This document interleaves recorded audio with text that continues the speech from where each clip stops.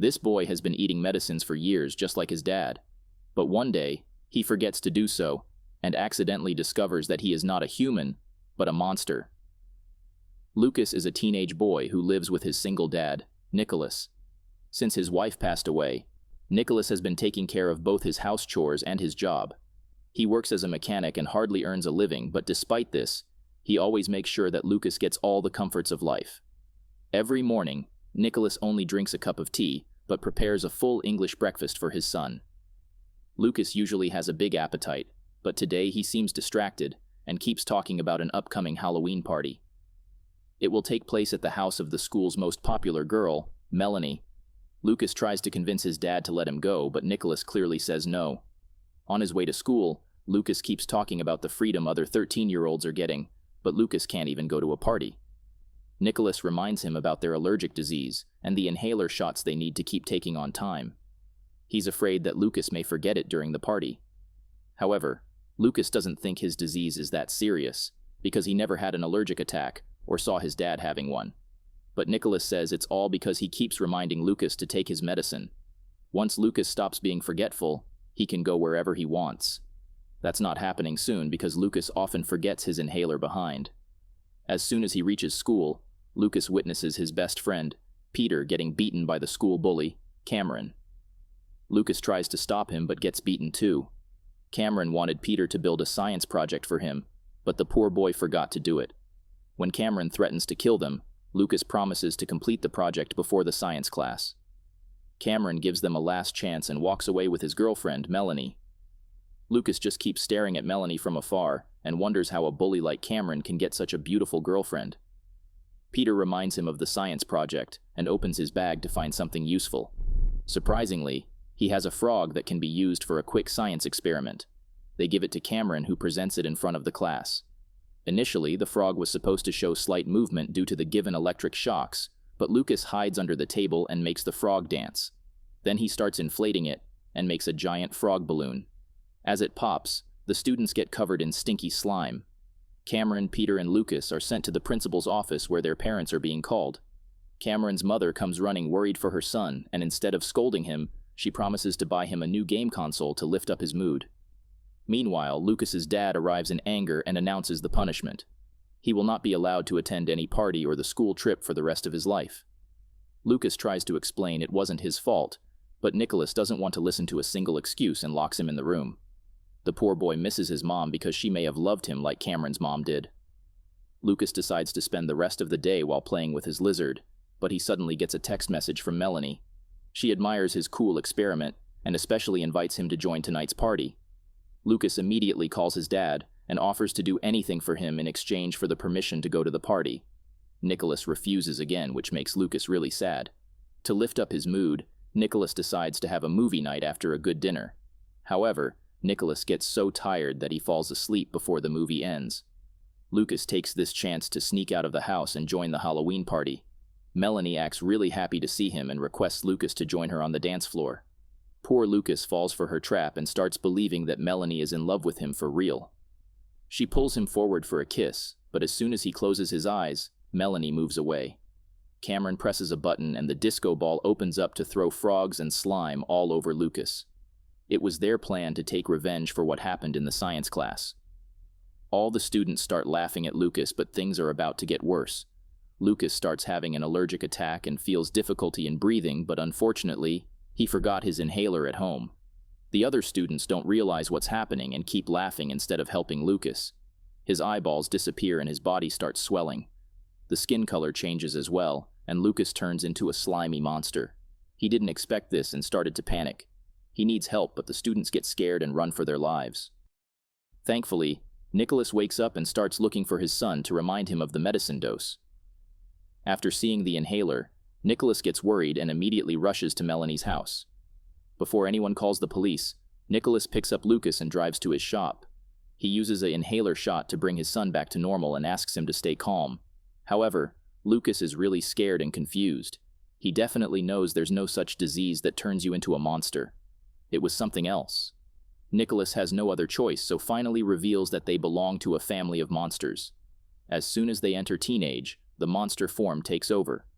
Nicholas wanted to give his son a normal life, Therefore, he invented a medicine that keeps the human appearance for 24 hours, but it must be taken regularly.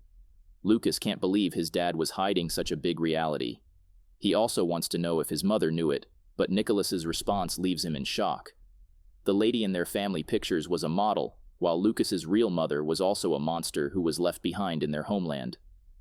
Nicholas asks Lucas to calm down because there's a lot more he needs to know about their past. He brings an ancient map that can take them to Calvera Island, their real home. This place was never located by the humans as the map magically keeps changing. As Lucas's grandma Carlotta and other relatives still live there, he wants to visit it right now. Nicholas promises to take him to the island one day, but Lucas can't wait anymore. As soon as his dad falls asleep, Lucas steals the map and rushes to the seaport. He distracts the caretaker with a sandwich and steals a boat. After traveling for hours, Lucas ends up in the middle of the sea. He also loses the map, which was the only way to get back home. Suddenly, he notices some dark purple clouds, which seem to be guarding something. Lucas proceeds towards the clouds but doesn't find anything except seagulls and giant rocks. Despite being scared, he keeps moving forward but suddenly loses control of his boat and falls in the water. A sea monster picks him up and throws him on the island. It is located on the back of a giant turtle that keeps moving all the time. That's why its map keeps changing and humans fail to locate it. When Lucas opens his eyes, he finds himself in his monster form. Luckily this time, Lucas didn't forget to bring the inhaler. He uses the medicine to turn back into a human and tries to stay calm. Suddenly, a little frog jumps in front of him, but it turns out to be a monster too.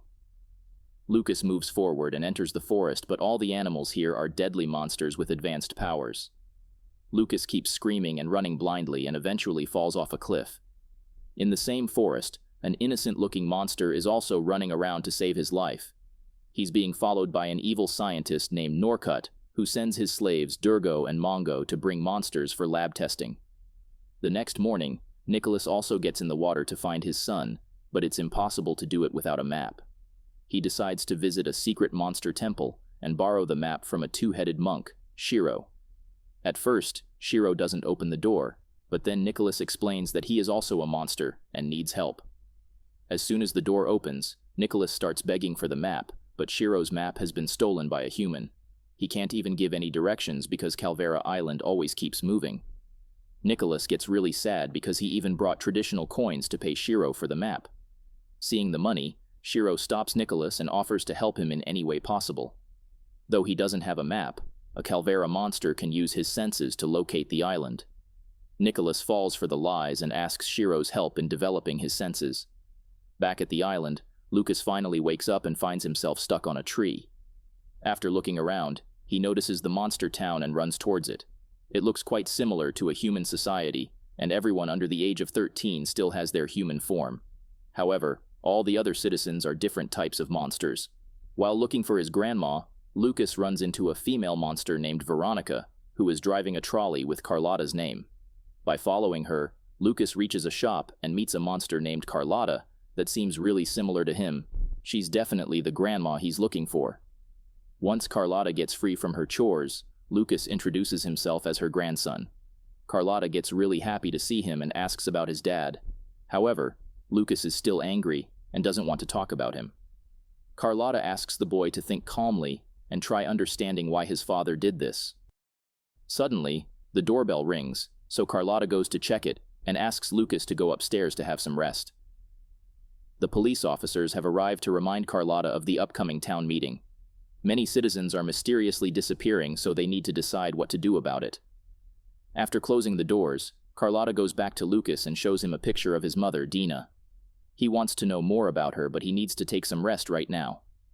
Before going to sleep, Lucas forgets his medicine and turns into a monster again. He grabs the inhaler, but then he sees his mom's picture and realizes how much he looks like Dina. Lucas is finally accepting himself. Little does he know, life in this town is not easy. Durgo and Mongo are right outside his house to kidnap another monster for lab experiments.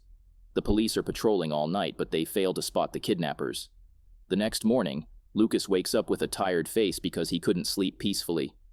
Carlotta serves him some breakfast, but he is not ready to start eating worms like other monsters.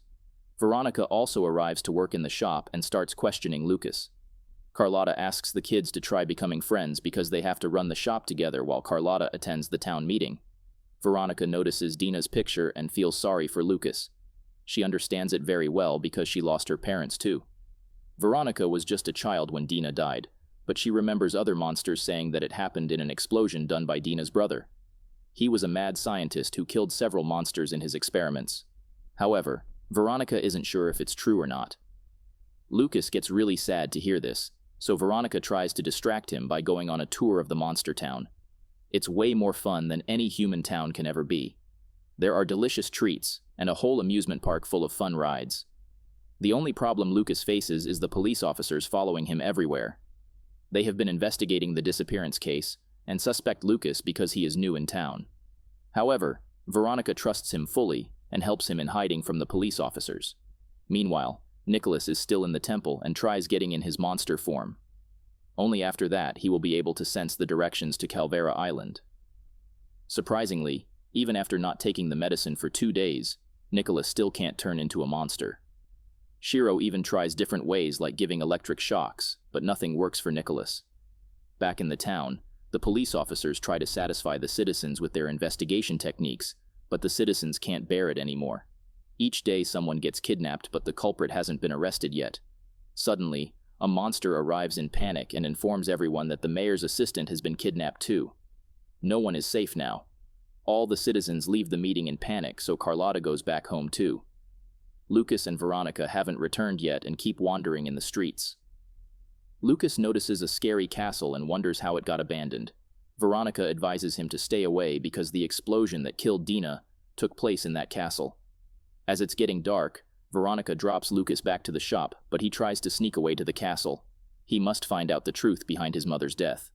Veronica knows he will do that, so she returns to accompany him. Meanwhile, Carlotta gets attacked by Durgo and Mongo. This time, Norcut personally joins the kidnapping because he's Carlotta's son. Also, the evil brother who killed Dina with his experiments. Norcut doesn't hesitate to kidnap his own mother and takes her to the lab, which is located within the abandoned castle. That's why the police never found him. However, Lucas and Veronica reach the castle as well and find Norcut's laboratories. Carlotta tries to stop her son by reminding him what happened to Dina, but Norcut doesn't bother. Hearing this, Lucas jumps forward and calls Norcut a murderer. Norcut refuses to accept this accusation and recalls the past. Despite being a part of Monster's family, Norcut never transformed into a monster even after crossing teenage. This insecurity made him rude and he preferred staying away from his family. On Lucas's birth, Norcut started feeling worse because everyone is going to be a monster except for him. He started spending more time in the lab trying to find a cure for himself. Dina felt sorry for his brother and kept trying to help him in accepting what he is. Norcut refused to be a boring human and continued with his dangerous experiments. One of them exploded so badly that the whole lab was wrapped in flames. Norcut succeeded in escaping in time, but Dina died in that incident. Norcut regretted his mistakes, but Nicholas put all the blame on him. It was Norcut's obsession that killed Dina, so Nicholas banished him from the island. Now Norcut wants to take his revenge. He killed several monsters to invent a medicine, but still needs some more sacrifices. When Lucas tries to stop him, Norcut orders Durgo and Mongo to catch the kids. Veronica asks Lucas to escape by himself and return to the town to bring help. Lacus runs away with all his might while Veronica and Carlotta are locked in cages. After reaching the town, Lucas tries to explain everything to the police officers, but they still think he's the kidnapper. Instead of checking the castle, the police officers put Lucas in jail. Meanwhile, Shiro has tried every method to wake up the monster in Nicholas, but nothing works. Nicholas gets tired and starts thinking about the peaceful life he had before the lab incident. Surprisingly, this helps Nicholas in turning into a monster once again. He gets really excited and flies towards the island to rescue his son. Nicholas checks Carlotta's shop, but it was closed, so he goes to the police station to report his son's disappearance. Lucas gets happy to see him, but then he remembers how Nicholas kept him in the dark. Lucas can't live a fake life anymore and stops taking his medicine. He turns into a monster and flies back to the castle. Nicholas follows him too and joins him in fighting Durgo and Mongo. Lucas is still angry, but Nicholas explains that he wanted his son to grow up in a safe environment. But he was wrong. A man can never run away from where he truly belongs. Lucas doesn't say anything in response because his first priority right now is saving his grandma and Victoria. Nicholas volunteers to handle Durgo and Mongo and asks Lucas to go and save Carlotta. She is still in the cage, but Veronica is getting tortured in the lab. Lucas picks up the potion Norcut made and threatens to spill it. Norcut can't let his efforts go to waste, so he lets Veronica go. However, Lucas destroys the potion anyway. Norcut gets really angry and starts mixing chemicals in a hurry. Without a second thought, he chugs down the potion and transforms into a giant monster. Nicholas steps forward to stop Norcut and asks Lucas to run away with others. As Norcut combined different monsters' DNAs in his potion, he has become the strongest one in town. Nicholas asks him to stop the madness, but Norcut isn't satisfied yet. He wants to take his revenge by killing Nicholas. Luckily, Lucas returns to save his dad and sprays his medicine on Norcut. He turns back into a human and falls down, but Lucas saves him. Thankfully, Lucas himself doesn't get any fatal injuries and unites with his family. The citizens reach there too and declare Lucas a true hero. Now he doesn't want to return to his previous life anymore because monsters prove themselves as better friends and families than actual humans.